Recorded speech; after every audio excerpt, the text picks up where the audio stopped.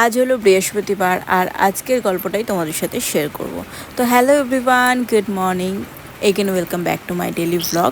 আবারও চলে আসলাম তোমাদের সাথে একটা ছোট্ট ব্লগ শেয়ার করতে। তো বললামই তো যে আজকে বৃহস্পতিবার। তো সকালবেলা ঘুম থেকে উঠেই বাবুকে এখানে ব্রেকফাস্ট করে দিয়েছি, আর আজকে সকালটা হয়েছিল 10:30টার সময়।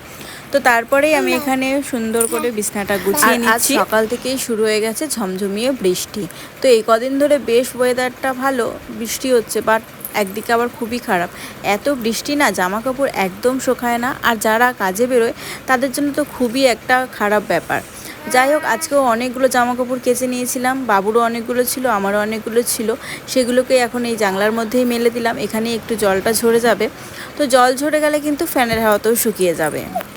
আর তারপরে এখন ঘরটাকে মুছে নিচ্ছি। ঘরটা মুছে স্নান করে আমি চলে এসেছি পুজো দিতে।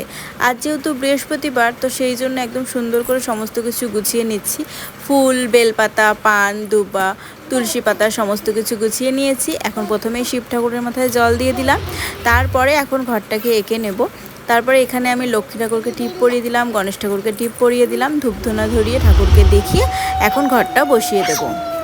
পুজো দিতে কিন্তু বেশ ভালো লাগে, আর পুজো দেওয়ার পরে না মনটায় আলাদাই শান্তি লাগে, তাই তো।